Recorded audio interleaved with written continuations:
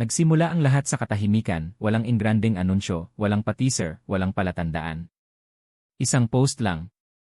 Isang tinig. Isang melodya. At bigla, parang may lumang pintuang matagal nang nakasara ang dahan-dahang bumukas muli.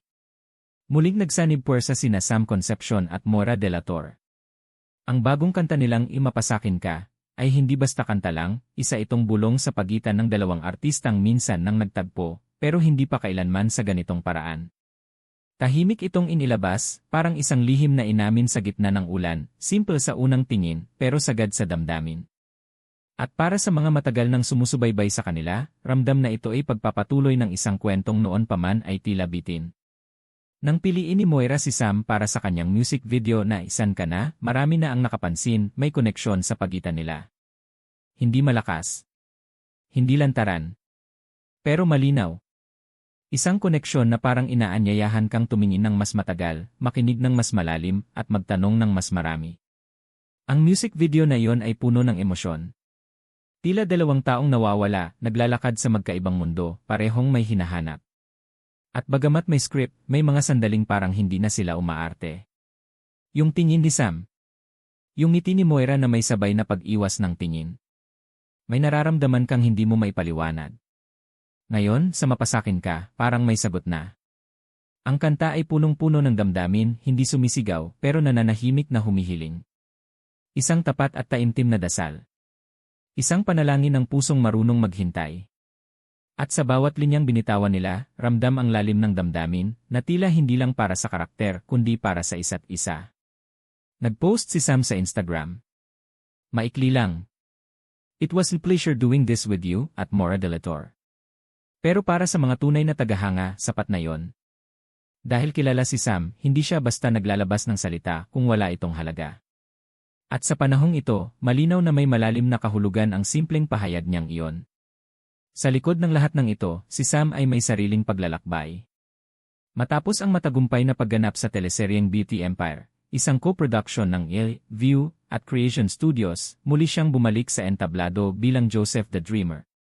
Isang papel na puno ng simbolismo, tungkol sa panaginip, pagtataksil, paghihintay, at pagbabalik. Muli niyang ginampanan ang papel na ito ngayong taon, isang pagbabalik na hindi lang pang-teatro, kundi tila pagsilang muli ng isang artistang handa nang yakapin ang mas malalim na anyo ng sining. At ngayon, kasabay nito, ay dumating ang kantang Mapasakin Ka.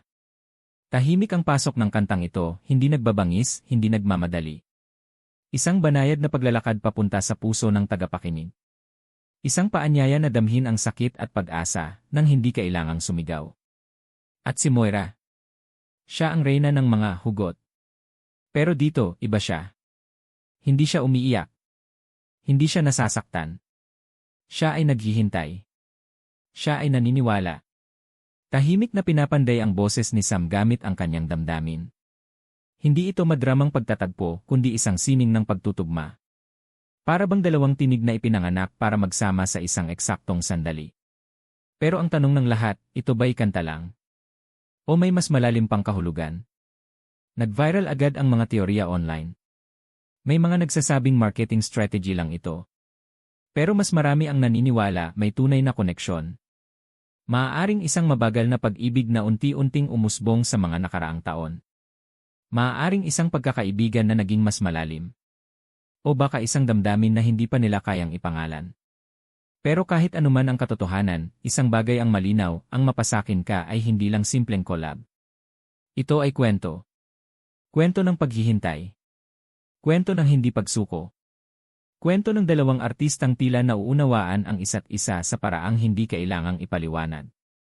Hindi nila kailangang sabihin kung anong meron sila. Dahil sa musika, nararamdaman na natin ito.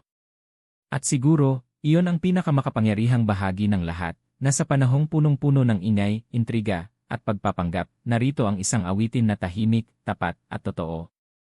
Kaya ano ang susunod? Walang may alam. Maaaring ito na ang huli.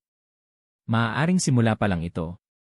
Pero sa ngayon, patuloy na patutugtugin ng mundo ang Mapasakin Ka, habang umaasang maririnig pa ang mas marami pang hindi sinasabi. Dahil minsan, ang pinakamagagandang kwento ay yung hindi pa tapos.